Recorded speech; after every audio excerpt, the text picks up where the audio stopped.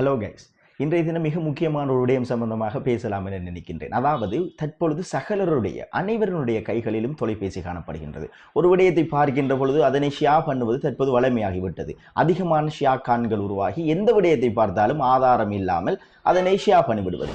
ஆதாரம் இல்லாத பிழையான விடயங்களை, பொய்யான விடயங்களை முகநூலில் காணுகின்ற பொழுது அதனுடனே ஷேர் பண்ணிவிடுவது. இதனுடைய உண்மை தன்மை என்ன என்பதனை அறியாமல் ஷேர் பண்ணுவது. இவ்வாறு ஷேர் பண்ணுவது ஒரு குற்றமா என்றால் நிச்சயமாக அது ஒரு மிகப்பெரிய குற்றமாகத்தான் சட்டத்தின் அடிப்படையில் காணப்படுகின்றது. ஆன்லைன் சேஃப்டி ஆக்ட் 2024ஆம் ஆண்டு 9ஆம் இலக்க ஆன்லைன் சேஃப்டி ஆக்ட் எனப்படுவது ஆன்லைன் மூலமாக, அதாவது இணைய வழிதளங்கள் மூலமாக நடைபெறுகின்ற குற்றங்களை குறைப்பதற்காக கொண்டு வரப்பட்ட ஒரு சட்டம். இந்த சட்டத்தின் அடிப்படையில் 5 வருடங்கள் வரை தண்டிக்கப்பட வேண்டிய ஒரு குற்றம்தான் ஒருவருடைய அல்லது ஒரு சமூகத்தினுடைய பிழையான பொய்யான விடயங்களை ஆதாரம் இல்லாமல் பகிர்வது. தற்பொழுது பகிர்வது என்பதனில் பதிவேற்றுவது, ஷேர் பண்ணுவது என்பதெல்லாம் அடங்கும். ஆகவே நான் ஷேர் மாத்திரம் தானே பண்ணினேன், ஆகவே நான் இவ்விடத்தில் பிழை செய்யவில்லை என யாரும் கூற முடியாது.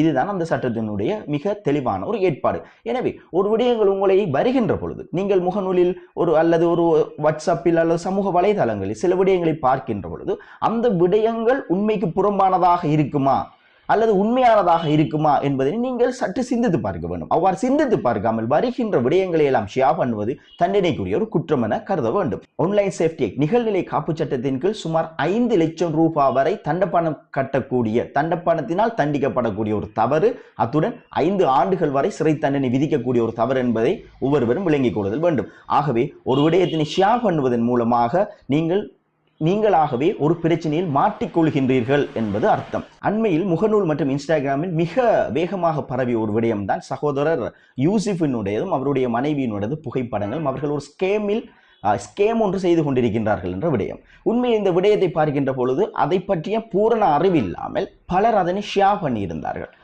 பலர் அதற்கு விமர்சனங்கள் செய்து அதனை ஒரு பதிவேற்றமாகவே முகநூலில் மற்றும் இன்ஸ்டாகிராமில் பதிவேற்றியதை காணக்கூடியதாக இருந்தது.